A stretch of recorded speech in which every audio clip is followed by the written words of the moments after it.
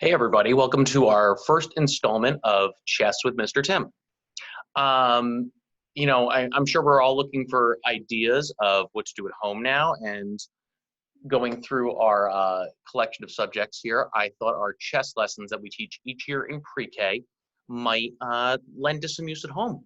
Now, we use the Chess at 3 or Storytime Chess program here at school, and every week to 2 weeks, I push into our pre-K classrooms and teach lessons, based on chess, the pieces, and the stories that go along with it.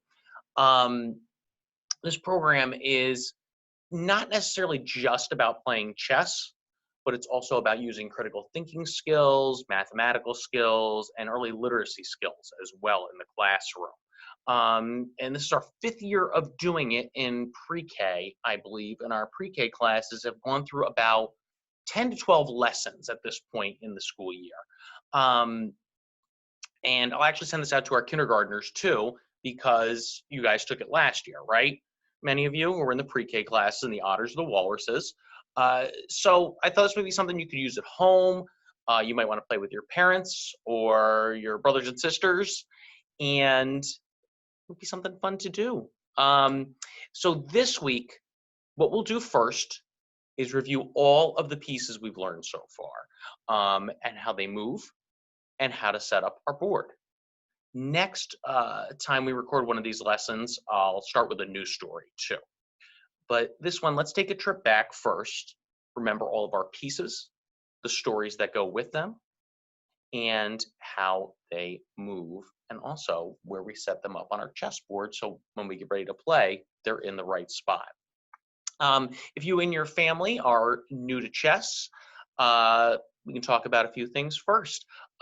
One, there's a lot more resources out there to learn about chess than just me. There's nothing particularly special about this program. If you have another way you've taught it, you'd like to learn about it in the past, please, by all means, feel free to engage that with your child. There's nothing, that's singular about this one. We just use a lot of storytelling to help remind children how to use the pieces and how to apply the strategies of the game. Chessboards are, of course, easy to get. You could order them off Amazon. I'm sure they can be at your house in a couple days. And if you don't have one, might be worth looking into. Like I said, we all have a lot of downtime at home now, unfortunately. So I'm sure we're all looking for new ways to entertain, and you can only sit on Netflix for so long. What can you do? So when we do this program at school, each week when I come in, there's a story from our book that goes along with learning about a different piece or a different part of the game. So far, like I said, children have done about 10 or 12 of those stories in their classrooms and learned to move all of the pieces, learned about capturing other pieces, and setting up the boards. Today, I'm going to review a few of those stories and those pieces, and we'll get you all set up for when we start a new lesson next week. So let's go all the way back, pre-K and kindergartners. And remember, in the beginning of the year, the first piece we learned about were the kings. If you have chess pieces, they probably look a little like these guys. So our king, in our story, we learned about 2 of them because there's 2 kings on a chessboard. There's a white king and a black king, one for either team. The first story we told was the story of King Fisher. We learned about him because he liked to eat all day, right? And he was a really big guy with a really big belly, so it made him move really slowly. And then we learned about King Spassky as well. And you might remember King Spassky. Remember? I do too. He was scared of everything. That's why he moves so slowly as well. Now, both of their stories with the kings focus on the fact that they move slowly and just in small increments on the chessboard. Because each time a king moves, he can only move one space. He can go any direction. He can go backwards, he can go forwards, he can go diagonally, he can go sideways, but it's only one space at a time. So we learned about our kings first, right? Here's King Fisher in our story, and here's King Spassky. Now, aside from the pieces' names, they all get a name to go along with it in their stories too. It just helps with children's memory and how they think of the pieces and their use in the stories. And then in terms of the chess game as well. The next piece we learned about were King Fisher and King Spassky's children.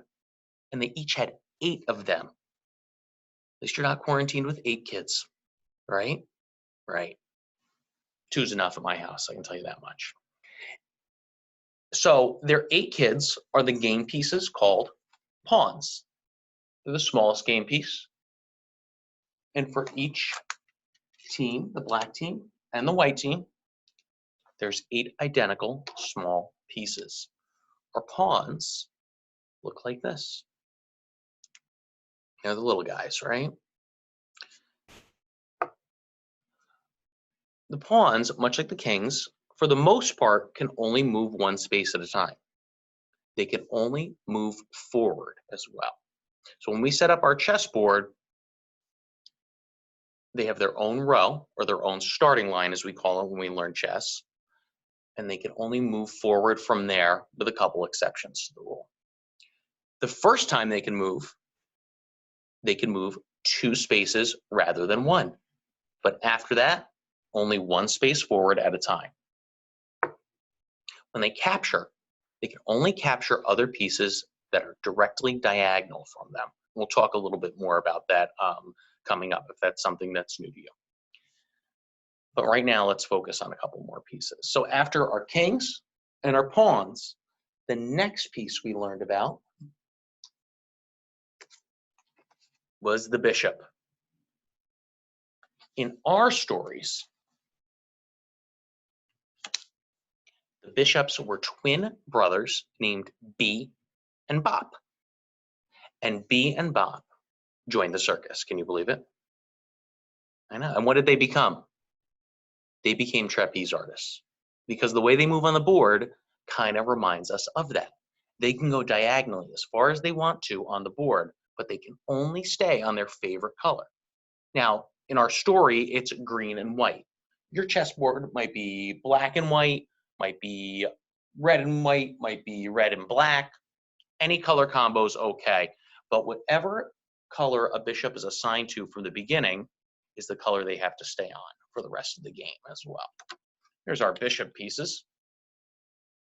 There's 2 on the white team and 2 on the black team. 2 sets of B's and Bops. Next up is a piece that always has to sit in the corner when we start the game. Why? Because the rook is made from a magical misbehaving mountain named Mount Rookanook. Yes, that's right. That's the story. So the rook looks kind of like a tower. And if you'll remember, in our story, right, what was Mount Rookanook? It started off as a mountain, and then they turned it into a big stone tower. And then it stole all Kingfisher's groceries, right? Can you believe it? That rook always causing trouble. So our rooks, when we set them up, always start off in the corner of the game board. The way rooks move is in long, straight lines across the board until they can't move any further. Next up is, oh, you know what? Let me go this one. Grab the wrong one. Next up is our knight. So while they're called knights, what animal do they look like? They look like horses, right? So in our story, when we learn about them, in Storytime Chess, our characters in the stories are actually horses. They're named Clip and Clop. And they probably have the most memorable part of the entire chess lesson series. And that the way we remember they move is with a little dance that goes gallop, gallop, step to the side. Because that's the way a knight moves on the chessboard. Our knights here, the pieces we use, our white knight and our black knight.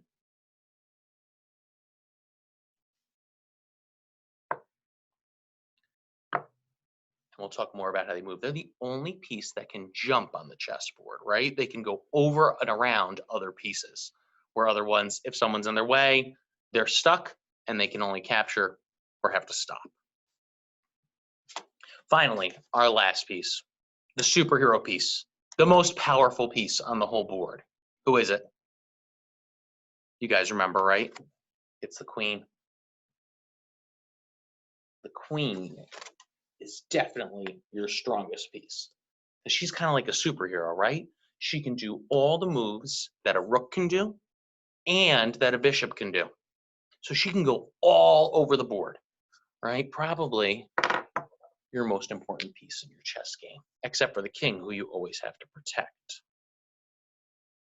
because otherwise the game is over, right? So there's our two queens.